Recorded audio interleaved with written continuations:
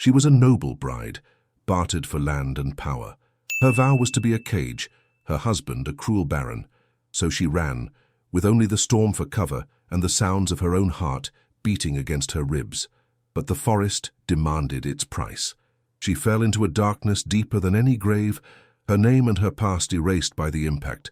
She was nothing, a ghost lost to the wild, until the solitary lord of those woods found what his greatest enemy had lost. For more stories where lost souls find their sanctuary and quiet honor becomes a shield, join our chronicle by subscribing. Let us know in the comments which country our saga has reached.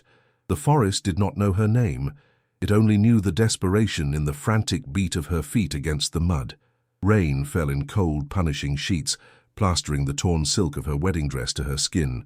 The gown, meant for a chapel and a feast, was now a tattered shroud, heavy with water and soil. Each step was a battle, the hem catching on thorns, like grasping fingers, pulling her back toward the fate she fled. Behind her the sound of the hunt echoed through the trees. The baying of hounds, a hungry and relentless sound, was carried on the wind. The shouts of men, coarse and angry, were closer now. They were Baron Valerius's men. The name was a poison in her mind, the source of this all-consuming terror. He was not a husband, but a jailer, and the life he offered was a gilded cage she would rather die than enter. Her lungs burned with a fire that defied the icy rain. Every breath was a ragged gasp, a small victory against the panic that threatened to overwhelm her. She could feel the blood from the cuts on her feet, warm for a moment before the cold mud stole the feeling away. She was a creature of the court, bred for soft slippers and stone halls, now reduced to a wild thing running for its life. The forest grew thicker, the ancient trees forming a canopy that turned the grey afternoon into a deep twilight. Roots snaked across her path like hardened veins, tripping her, sending her sprawling into the wet leaves. She pushed herself up, her hands raw, her will the only thing that remained unbroken. She saw a flicker of movement, a deer startled by her flight, and for a moment a pang of shared wildness connected them. Then it was gone, and she was alone again with the sounds of the chase. She reached the edge of a precipice she did not see until it was almost too late. A ravine, carved deep into the earth by centuries of storms, yawned before her. The recent deluge had turned it into a torrent of churning brown water and slick black rock. There was no crossing it, and no time to go around. The hounds were closing in. Their barks were no longer a distant echo, but a visceral threat just beyond the veil of trees. This was the end of the path. Behind her lay the certainty of capture, of being dragged back to Valerius, her spirit broken. Before her lay a fall that promised only oblivion. She looked down at the churning water, then back into the darkness of the woods. The choice was not between life and death. It was between two different kinds of prisons. She did not hesitate. With a final choked sob that was swallowed by the storm, she threw herself over the edge. The fall was a chaos of sensation, the scrape of rock against her skin, the sharp sting of branches whipping at her face. There was no grace in it, only a desperate, tumbling descent. She saw flashes of the grey sky and the dark earth spinning together into a meaningless blur. Her body was no longer her own, but a ragdoll given over to gravity and fate. Then came the impact. A sickening crack as her head struck a submerged rock. A flash of white light exploded behind her eyes, brighter than any lightning. For a single surreal moment all sound ceased. The roar of the storm, the baying of the hounds, the frantic beating of her own heart, all of it vanished into an absolute and profound silence. The cold water of the rising creek rushed over her, a final chilling embrace. Her last conscious thought was not of the Baron or the wedding, but of a name she could not quite grasp, a memory that flickered and died like a candle in the wind. Her own. Darkness took her. She lay still in the shallow, churning water at the bottom of the ravine, her torn white dress fanning out around her like a broken wing. The storm continued to rage, but down in the gash of the earth, a strange peace had fallen. Above, the hunt passed. The hounds, losing the scent in the roaring water, grew confused. The men, unwilling to risk the treacherous slope in the fading light, called them off. They would search again at dawn, certain their quarry was trapped by the unforgiving terrain. They did not see the small, still form half submerged in the creek below. They did not know that the forest had hidden her, that the ravine had claimed her. She was lost to them, lost to herself, a life suspended between a past she could no longer remember and a future that seemed impossible. The rain began to wash the mud from her pale face, revealing a stillness that was not of this world, waiting for a fate yet to be decided. The storm had passed by dawn, leaving the world scoured and clean. A low mist clung to the hollows of the blackwood, and the air was sharp with the scent of wet earth and pine. Lord Caelan rode through this renewed world, a solitary figure on a massive black warhorse. His cloak was dark wool, his tunic simple leather, practical for a man who managed his own lands rather than presiding over a distant court. His face was grim, a mask carved by loss and honed by years of solitude. This was his ritual after every great storm. A survey of his domain, checking for fallen trees across the paths, damage to the outer fences, or signs of poachers who might use the weather as cover. His movements were deliberate, his gaze missing nothing. He was a man who had built his life on order and control, a fortress of routine to keep the chaos of memory at bay. Stonefall Keep, his home, was a reflection of his own heart. Strong, silent, and with its most important rooms locked away. It was the horse, Valerian, who sensed it first.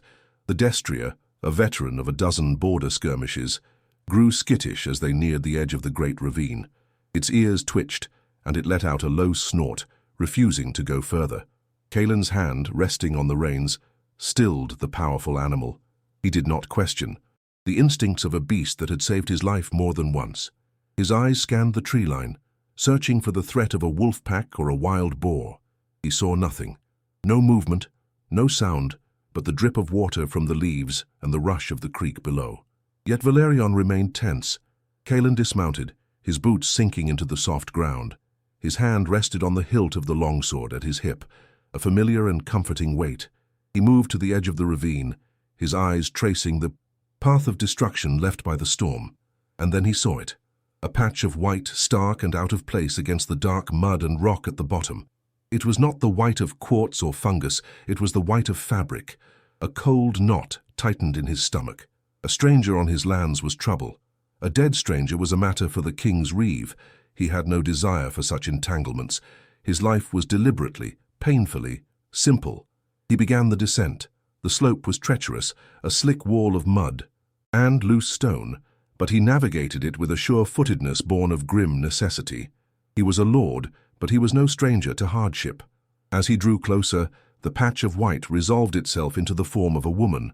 She was lying half in the water, her body unnaturally still. The finery of her dress, what was left of it, spoke of wealth. A runaway servant would not be clothed in such silk. He approached with the caution of a wolf, his senses on high alert. This could be a trap, a bandit's lure. But as he stood over her, all thoughts of ambush fled. She was young, her face pale as marble and bruised along one temple.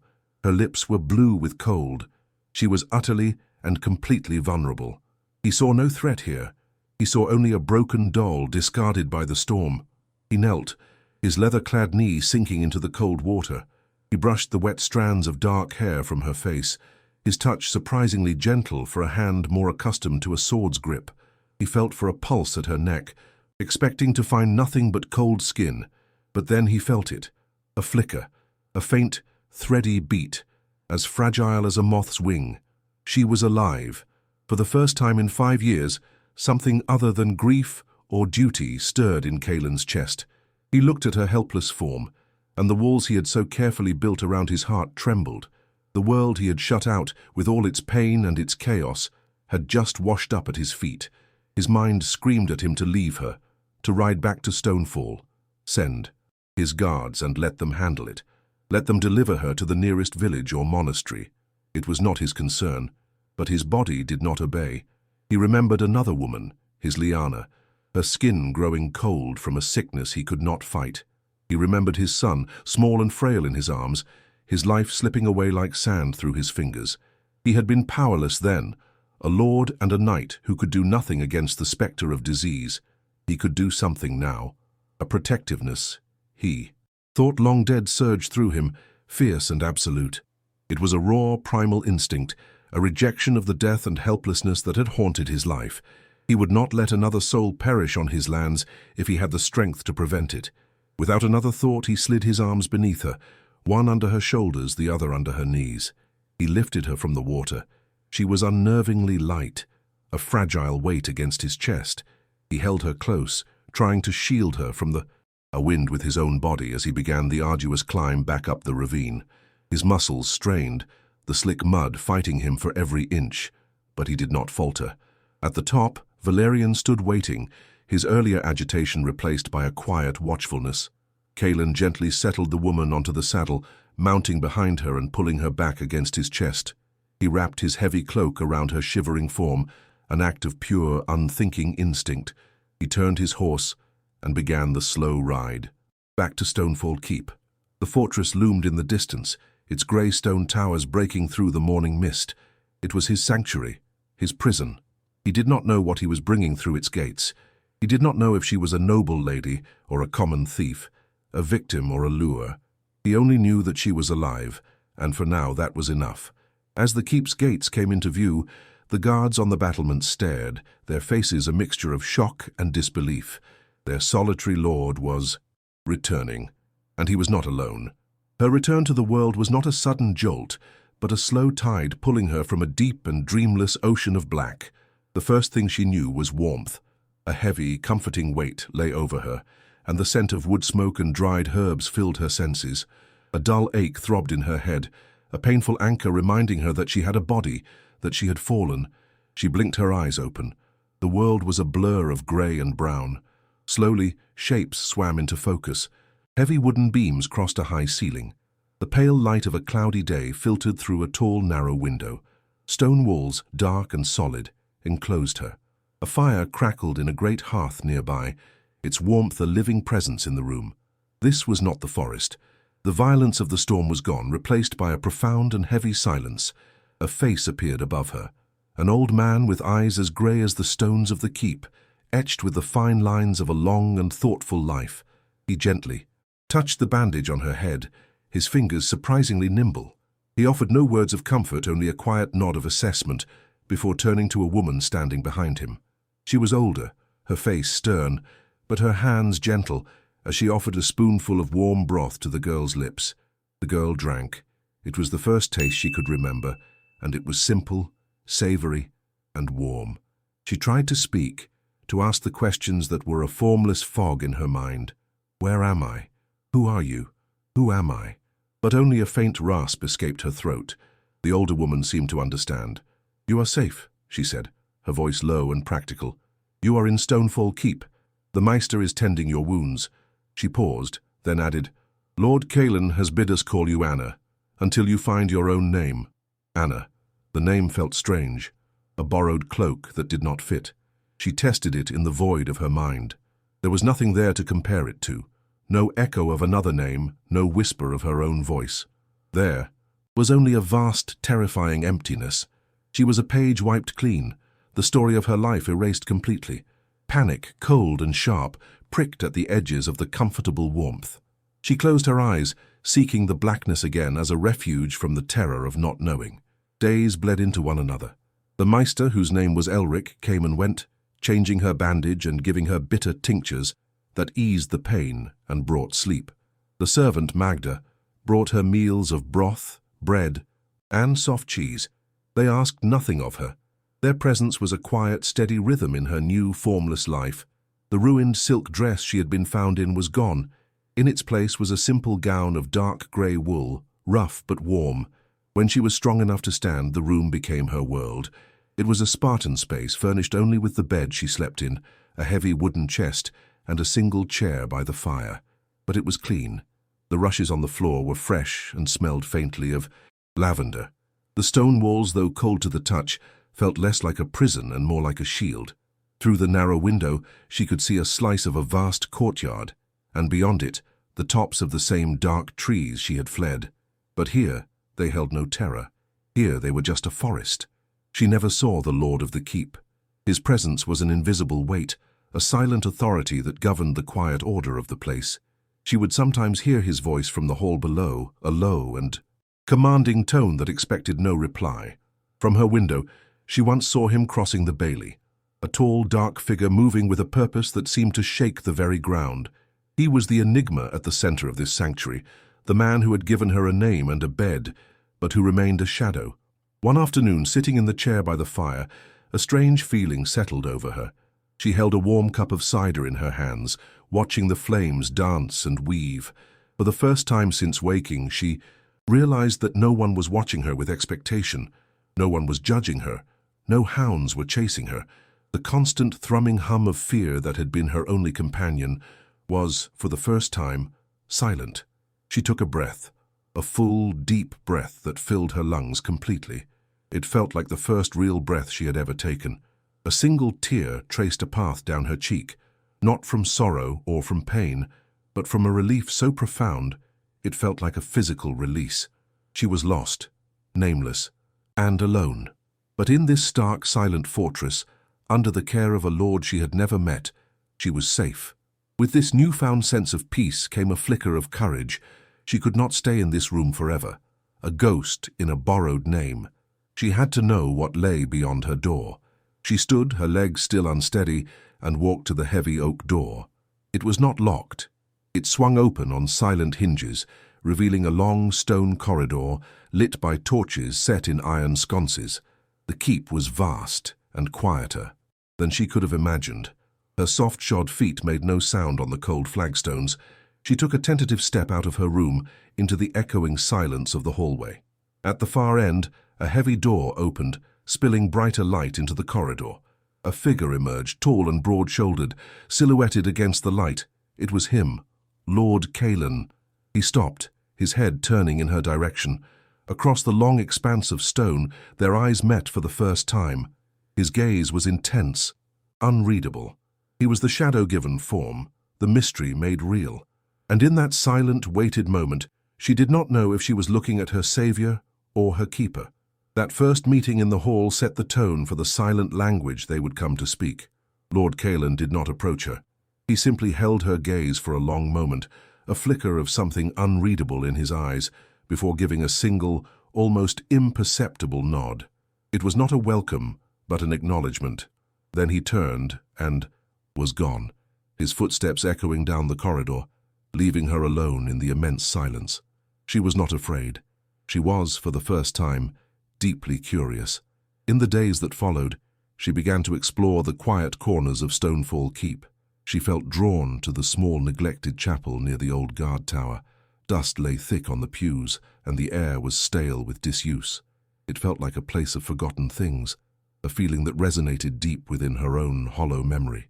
She found cloths and a bucket of water and began to work, not from any piety she could recall, but from a simple human need to bring a little light and order to the darkness. Caelan saw her from the battlements above. He watched as she patiently wiped down the cold stone altar and polished the dull pewter candlesticks until they shone. He saw how she shivered in the chapel's damp chill, her thin woolen dress offering little protection. He said nothing, but that evening, Magda appeared at her door with a heavy cloak. It was lined with soft, dark fur and smelled faintly of wood smoke and leather. "The master thought you would have need of this," the woman said, her voice flat, betraying no emotion. Anna wrapped the cloak around her shoulders, its warmth a physical manifestation of an unspoken kindness. A powerful need to return the gesture took root in her. She had no coins, no status, no name to offer in thanks. She had only her hands.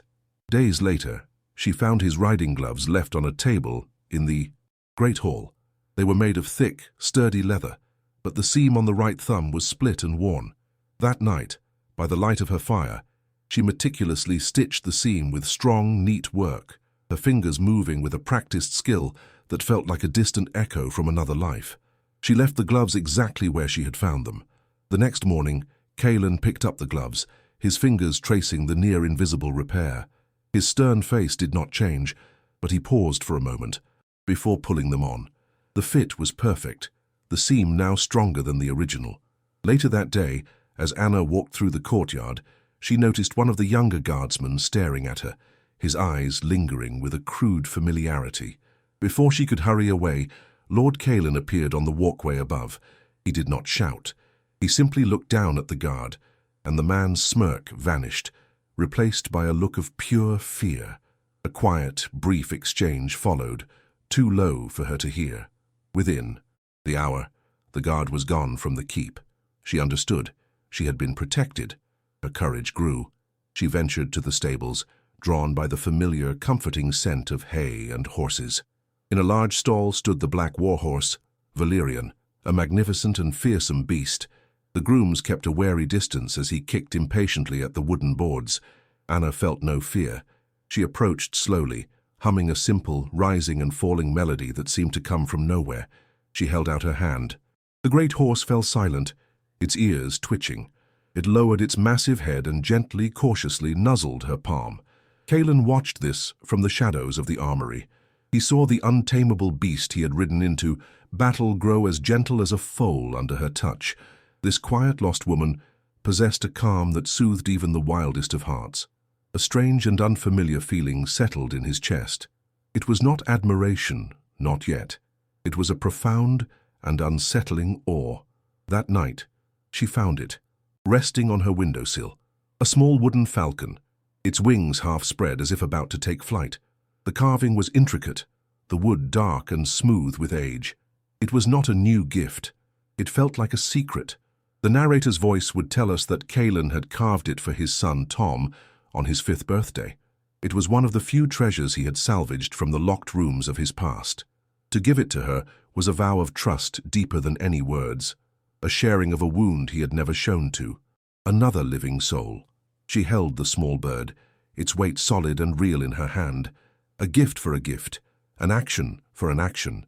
This was their language, and she would answer in kind. Near the kitchens, there was a small, fallow plot of land, choked with weeds, but blessed with the morning sun. She began to work it. She pulled the weeds, turned the soil with a borrowed trowel, and brought the dead earth back to life. She planted seeds of rosemary and sage, thyme and lavender, coaxing green shoots from the barren ground. From a high window in his solar, Kalen watched her. He watched this nameless woman tending a garden in the heart of his desolate fortress. She had polished his forgotten altar, mended his gauntlets, calmed his warhorse, and now she was bringing life from the very soil of his home. Each silent act was a gentle assault on the walls he had built around himself. The sanctuary he had offered her was no longer a simple act of charity. It was changing. The silence was no longer empty. It was filled with a quiet conversation, and he was beginning to realize that the person being saved was not just her. Lord Kalen watched her from the high, arched window of his solar. The woman they called Anna was standing by the stables, holding the small wooden falcon out for the black warhorse to inspect. The massive beast, a creature of pure fire and battle fury, lowered its head with an impossible gentleness, nuzzling the carving in her palm. A quiet woman, a savage, horse and a child's forgotten toy, all coexisting peacefully in the harsh stone world he had built. To understand the Lord of Stonefall, one must understand the ghosts that walked its halls. His silence was not a native tongue. It had been learned brutally, 5 years prior. Before the silence, these stone walls had known laughter. They had echoed with the voice of his wife, Liana, a sound like wind chimes in a summer breeze. She was the one who first planted the garden, her hands covered in dirt as she coaxed roses and herbs from the stubborn northern soil. These halls had also known the frantic, joyful stomping of small boots as their son, Tom, chased butterflies in the courtyard.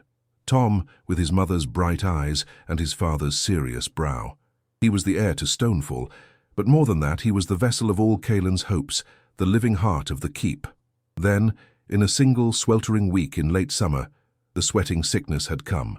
It was an invisible siege, a phantom army that slipped through the gates and past the guards, against which no sword could be raised. It moved with terrifying speed, a fever and a chill that claimed the strongest in a matter of hours. Kalen, the warrior who had held the northern pass against 100 raiders, was utterly powerless. It took Tom first. The boy's laughter turned to a feverish whimper, his boundless energy fading like a candle in a gale. Kalen sat by his side, a giant of a man made small by his own helplessness, holding a tiny hand until it grew cold. He had felt his own heart break that night, a clean, sharp fracture. Liana fought longer. For 3 days, she burned with the fever, her strength a quiet, defiant flame against the inevitable dark.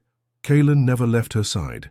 He bathed her face, held water to her lips, and listened to her fragmented whispers of the garden, of Tom, of a future they would never see.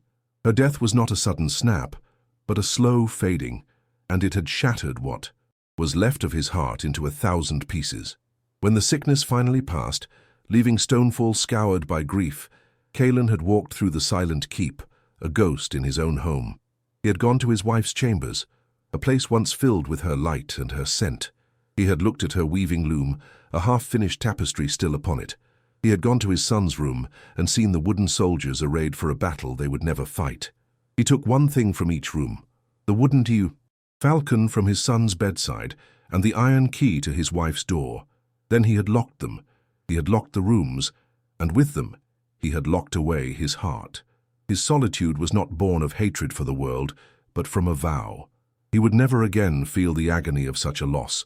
His rigid control, his solitary routine, his empty halls, they were the armor he wore to protect the gaping wound inside him. Now, a strange woman with no memory was methodically, piece by piece, dismantling that armor. She did it not with force, but with a quiet, insistent grace. When she polished the altar in the chapel, she disturbed the sacred dust of his grief. When she tamed his horse, she reached a part of him that was just as wild and untamable. And when she knelt in the garden, her hands in the same soil Lyanna had once loved, it was a pain so sharp it almost brought him to his knees. He watched her now, a figure of impossible life against the grey stone. A part of him resented her for it, for waking the ghosts, for making him feel anything at all. It felt like a betrayal. But beneath the resentment, a traitorous warmth was spreading through his chest, a feeling he had not known since he had held his wife's hand. It terrified him more than any army. He could not bear to watch any longer. He turned from the window, his jaw set like iron. He strode from the solar, his heavy boots echoing with a new and uncertain purpose. He did not go to the armory, nor to the great hall. He walked down a quiet, disused corridor, stopping before a heavy oak door at the far end. It was Lyanna's room. The air here was still and cold. He reached into his tunic and pulled out a simple iron key attached to a leather cord around his neck. It was dark with age, but it was not rusted. He had held it every day for 5 years. His hand, a hand that could wield a two-handed sword without a tremor, shook as he raised the key to the lock. The fortress he had built was under siege, not from without, but from within, and he did not know if he was about to open the door or lock it forever. He stood before the locked door, the cold iron of the key a heavy weight in his trembling hand. A ghost of his wife's scent, lavender and summer rain, seemed to linger in the air. He raised the key, the metal scraping against the lock, the sound deafening in the silent corridor. He was about to turn it, to face the ghosts he had so long held captive. Then, a sound from the world of the living shattered. The moment. A single sharp blast from a horn on the outer battlements, a warning, an arrival. The key lowered. The ghosts could wait. Calen slid the iron back into his tunic, its coldness a familiar comfort against his skin. The past was sealed once more. The present demanded his attention. He turned from the door, his face once again an impassive mask, and strode towards the main gate. The Lord of Stonefall was back in command. From the top of the gatehouse, he watched a lone rider approach, kicking his horse to a gallop. The man's tunic was a garish shade of crimson and gold, and the banner he carried was one Calen knew well, a slavering black wolf on a field of red, the sigil of Baron Valerius, his ambitious and grasping neighbor to the east. Calen's jaw tightened. Valerius never sent riders unless it was to his own advantage. The rider reined in his horse below, shouting up to the walls. "My master, the Honorable Baron Valerius, comes to parley with the Lord of Stonefall. He will be here by midday. He seeks your hospitality." Calen gave a curt nod to his captain of the guard. "The gate remains barred. Let him ask his questions from the road." Hospitality was a courtesy, not a command, and Valerius had never earned it. By midday they arrived. It was not the small party of a neighbor paying a social call, but a retinue of 20 men, clad in polished black steel and crimson cloaks. They were a stark contrast to Stonefall's practical, grim-faced guards. At their head rode Baron Valerius himself. He was a handsome man, with dark, well-oiled hair and a cruel twist to his lips. He sat atop a fine white mare that looked ill-suited to the rugged northern terrain. Anna watched from the narrow window of her room. The flash of crimson banners, the snarling wolf sigil, it all stirred a strange and unpleasant feeling within her, a shadow of a memory without a shape. A cold dread settled in her stomach. She did not know why, but she knew those men were a threat. Kaelin met them at the closed portcullis, standing on the far side of the heavy iron gate alone. "Lord Kaelin," Valerius called out, his voice smooth and laced with false charm. "A fine fortress you have here, though a bit unwelcoming, wouldn't you say? I come as a neighbor with a delicate problem." Kaelin did not move. His silence was a wall, more imposing than the stone behind him. Valerius's smile tightened. "I am searching for my ward. A young woman of noble birth, my betrothed. A bit flighty. She ran off just before our wedding. Lady Alara, a terrible business. We tracked her this far before the storm hid her trail." He leaned forward on his saddle. "My scouts report a woman was found on your lands after the storm. I have come to reclaim my property." The word hung in the air. Kaelin's eyes, cold as winter frost, studied the Baron. He saw the possessive gleam, the casual cruelty. He thought of the terrified girl fleeing through the forest, of the bruises on her pale skin. The pieces clicked into place with grim certainty. Drawn by an instinct she could not name, Anna had left her room, creeping along the upper gallery that overlooked the gatehouse. She could hear the voices clearly now. Valerius's charming facade began to crack under Kaelin's unyielding silence. "I will not be stonewalled, Kaelin. I have a marriage contract, sanctioned by her family. She is mine. I demand you release her to me." And then he said the name again. Lady Alara. The name struck Anna like a physical blow. It was a key turning in a rusted lock, but it was the Baron's voice that threw the door open, that oily, commanding tone. A memory, sharp and terrifying, flashed in her mind. Valerius's face contorted in a sneer, his hand raised to strike her. The feeling of being trapped, of her breath catching in her throat. She did not remember everything, but she remembered fear. She remembered. Down below, Kaelin gave his reply. His voice was low, but it carried with the weight of iron. "There is no one here by that name." He turned his back. The ultimate dismissal. Valerius's face contorted with rage, his handsome features twisting into an ugly mask. "You lie!" he shrieked, his voice losing its cultivated smoothness. "You are harboring a runaway, defying a lawful contract. You will regret this insult, Stonefall. She is mine, and I will have what is mine, if I have to burn this fortress to the ground to get her." He wrenched his horse around, digging his spurs into its side, and galloped away, his crimson-cloaked guards trailing in his wake. The immediate threat was gone, but a declaration of war had been made. The peace of the sanctuary was shattered. Kaelin stood for a moment, his back to the gate, before slowly turning his head and looking up. His eyes met the spot in the high gallery where he knew she was hiding. He did not know how much she had remembered, but he knew, with chilling certainty, that the shadow they had fled had returned, and it would not be satisfied until it had dragged them both into the dark. The echoes of Valerius's threat faded, but the peace of Stonefall had been irrevocably broken. A tense silence descended upon the keep. Kaelin found her in the high gallery, her hands gripping the cold stone rail, her body trembling. He did not rush her, but approached with a slow, deliberate pace. He stood beside her, his gaze fixed on the empty road, where the crimson banners had disappeared. "You heard him," he said. It was not a question. She nodded, unable to look at him. Her voice, when it came, was a fragile whisper. "He called me Alara. Is that your name?" Kaelin asked, his own voice quiet, stripped of its usual command. I think so," she stammered, a single tear tracing a path down her cheek. "I do not remember a name, but I remember his voice. I remember being afraid." That was all the confirmation Kaelin needed. Her fear was the only truth that mattered. It justified every rule he had broken, every risk he had taken. He had seen the predator. She had felt his teeth. "Come," he said, his tone shifting, the commander returning. "He will not wait for an invitation from the king. He will attack." He led her not to her room, but to his solar, the heart of the keep's defense. A great table dominated the room, a map of his lands carved into its surface. He was no longer the silent, distant lord. He was a warrior preparing for battle. He explained the situation with brutal clarity. Valerius had more men. A prolonged siege would be difficult. The Baron would likely attack under the cover of darkness, hoping to win with a single decisive blow. Ilara listened, her terror slowly being replaced by a cold resolve. This man was risking his home, his men, everything for her. As she looked at the map of Stonefall, at the thick lines representing the outer walls, a memory, sharp and jagged, pierced through the fog in her mind. It was a memory of a feast hall, of her father drinking too much wine, eager to impress the handsome and powerful Baron Valerius. She could hear her father's booming voice, boasting of his knowledge of the great northern keeps. She looked at Kaelin, her eyes wide with a sudden, urgent clarity. "The cliff," she said, her voice gaining strength. "There is a gate, an old smuggler's gate, at the base of the cliff face."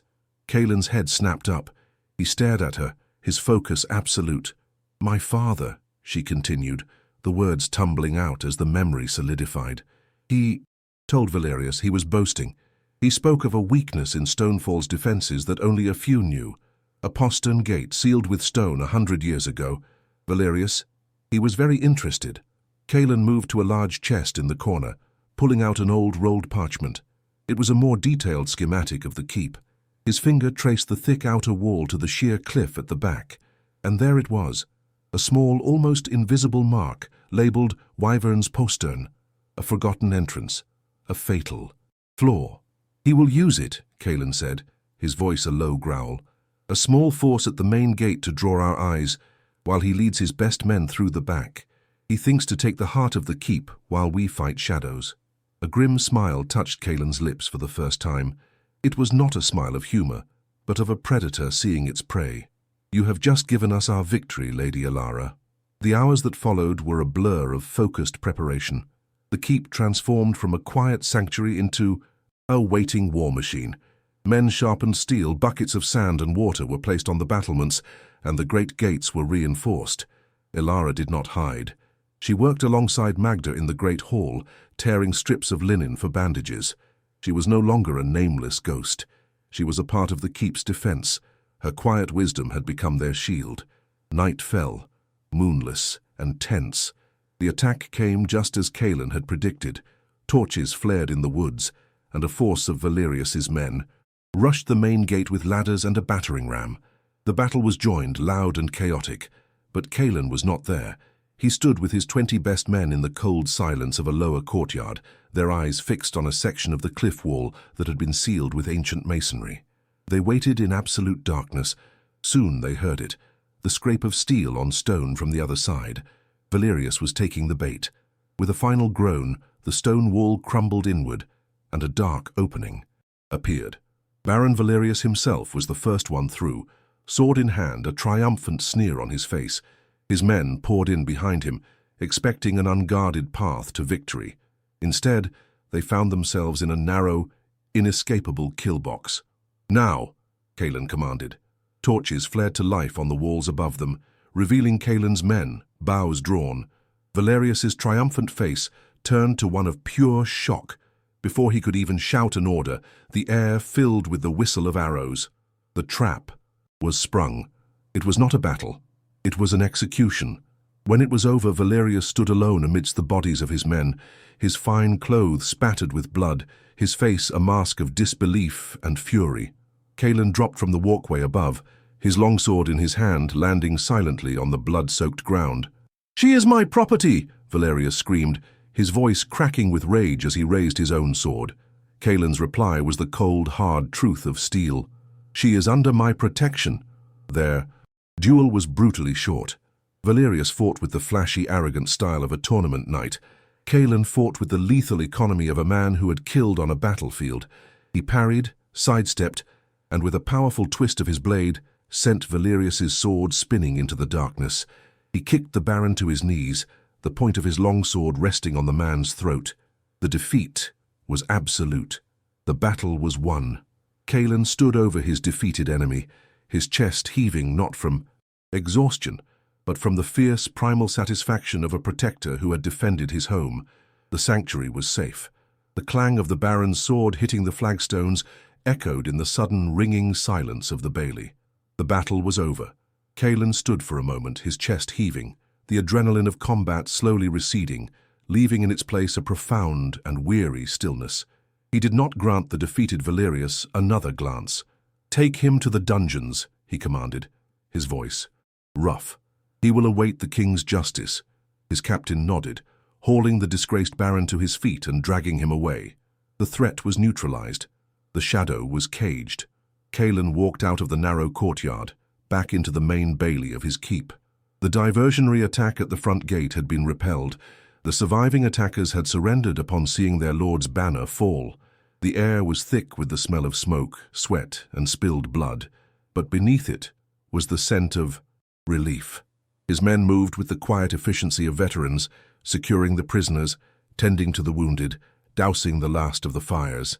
His home was safe. His people were safe. But his eyes scanned the courtyard, searching. He was looking for one person. He found her near the steps of the great hall. The keep's women, with Magda at their head, had set up a makeshift infirmary. They were washing wounds and applying poultices, their movements calm and practiced. And there, in the midst of it, all was Ilara. She was no longer the pale, trembling woman from the gallery. A smudge of soot marked one cheek, and her sleeves were rolled up, her arms stained with the green of herbal balms. She knelt beside a young guardsman, her touch gentle as she bandaged his arm, her voice a low, calming murmur. She had not hidden from the violence. She had moved toward the duty it created. In the heart of his fortress of warriors, she had become a healer. She belonged here. She finished her task and looked up as if sensing his presence. Her eyes met his across the courtyard. For a moment, the weary sounds of the aftermath seemed to fade into nothing, leaving only a pocket of profound silence for the two of them. He walked towards her. His heavy, armored boots were loud on the stone, each step a declaration. He was the Lord of Stonefall, the victor, covered in the grime and sweat of his work. He was the shield, and he was walking toward the quiet heart of his keep. He stopped directly in front of her. His face, carved from stone and shadow, was unreadable. But the storm in his eyes, the one that had raged for 5 long years, was finally calm. The narrator would see what she could only feel, that in that moment, Kalen knew he had not just defended a fortress, he had fought for the woman who stood before him, and in that, he had found a purpose he thought he had buried long ago. He raised his hand, the black leather of his gauntlet rough and stained. He moved not with the speed of a warrior, but with a slow, deliberate tenderness that made her breath catch. He did not speak. He simply brushed the smudge of soot from her cheek with his thumb. Then, his fingers, impossibly gentle, tucked a stray lock of dark hair that had escaped her braid back behind her ear. It was a gesture of profound intimacy, an act of seeing her, only her, in the midst of the chaos and the victory.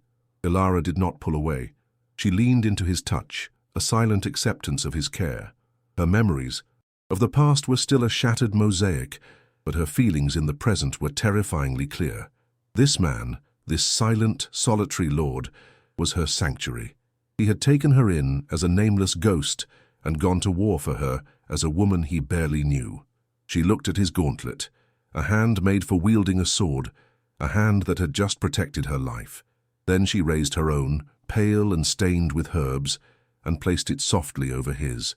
Her small, warm hand, covering the hardened leather and steel of the warrior. It was their unspoken vow. His touch had been a question, a silent inquiry into her safety, her well-being. Her touch was the answer. It spoke of gratitude, of trust, of a bond forged in the crucible of fear and battle. It said, without a single word, that she was no longer a runaway. She was home. They stood like that for a long time, the warrior and the healer, their hands joined in a silent pact. The sounds of the keep slowly returned to them, no longer a distraction, but the backdrop to their new reality. The war was over, and in the quiet aftermath, in the heart of the fortress that had become their world, they had finally, truly, found each other. Baron Valerius was handed over to the king's justice. Before the royal court, his ambition and treachery were laid bare. Ilara, her memory now fully returned, stood not as a frightened victim, but as the Lady of Stonefall, her voice clear and steady as she recounted the illegal marriage contract and the baron's Treasonous assault. Stripped of his titles and lands, Valerius was exiled, his name erased from the chronicles of the North, a forgotten shadow in a story that was no longer his. The gates of Stonefall closed, not in solitude, but in peace. Years passed. The seasons turned, washing the memories of the battle from the stones of the keep. The harsh silence that had once defined the fortress was gradually, day by day, replaced by other sounds. The clang of the blacksmith's hammer was now joined by the laughter of servants in the courtyard. The grim, quiet meals in the great hall gave way to feasts, where the Lord's men celebrated harvests and holidays. The keep, once a tomb of memory, had slowly, surely, come back to life. 7 summers after the siege, the garden Ilara had started in a forgotten corner of the bailey was the thriving heart of the keep. It had expanded, a riot of color and life, spilling over the low stone walls. Roses climbed the grey ramparts, and the air was thick with the scent of lavender and thyme. Bees hummed lazily in the late afternoon sun, a peaceful, contented sound. 2 children played amongst the flowers. The older, a boy of 6 with his father's serious dark eyes and a stubborn jaw, stalked a grasshopper with the focused intent of a knight. The younger, a girl of 4, with her mother's gentle smile and a cascade of dark curls, chased butterflies, her laughter like the ringing of small silver bells. Their names were Tom and Liana, names taken from the ghosts of the past, given to the hope of the future, turning sorrow into a legacy of love. From the edge of the garden, Kaelin and Ilara watched them. The years had softened the harsh lines on Kaelin's face. The grim warrior was still there, in the set of his shoulders and the quiet authority of his gaze, but he was now a husband and a father. The haunted look in his eyes was gone, replaced by a deep and abiding peace. Ilara stood beside him, her hand resting on his arm. She was no longer the fragile, memoryless woman he had found in the ravine. She was the Lady of Stonefall, her presence a quiet strength that radiated through the keep. Her past was no longer a terrifying void, but simply the winding path that had, impossibly, led her home. The sounds of their new life filled the air, the laughter of their children, the distant clang from the armory, the smell of bread baking in the kitchens. It was a simple tapestry of a life well lived, woven from the threads of what was once broken. Kaelin looked at his wife, at the quiet joy on her face as she watched their daughter finally catch a butterfly, holding it gently in her cupped hands before letting it fly free. He reached down and took her hand in his, their fingers intertwined, a familiar and comforting gesture, a silent conversation that had never ended. It was the same vow they had made in the bloody aftermath of the battle, but now it was not a promise of a future, but the affirmation of a life they had built together day by day. They stood in comfortable silence, hands joined, watching their children play as the sun began to dip below the rugged hills of the north, painting the sky in shades of gold and crimson. The solitary lord had found his heart. The runaway bride had found her home. The silent fortress of stone was at last filled with love, and in the golden light of the setting sun there was nothing but peace. Peace at last.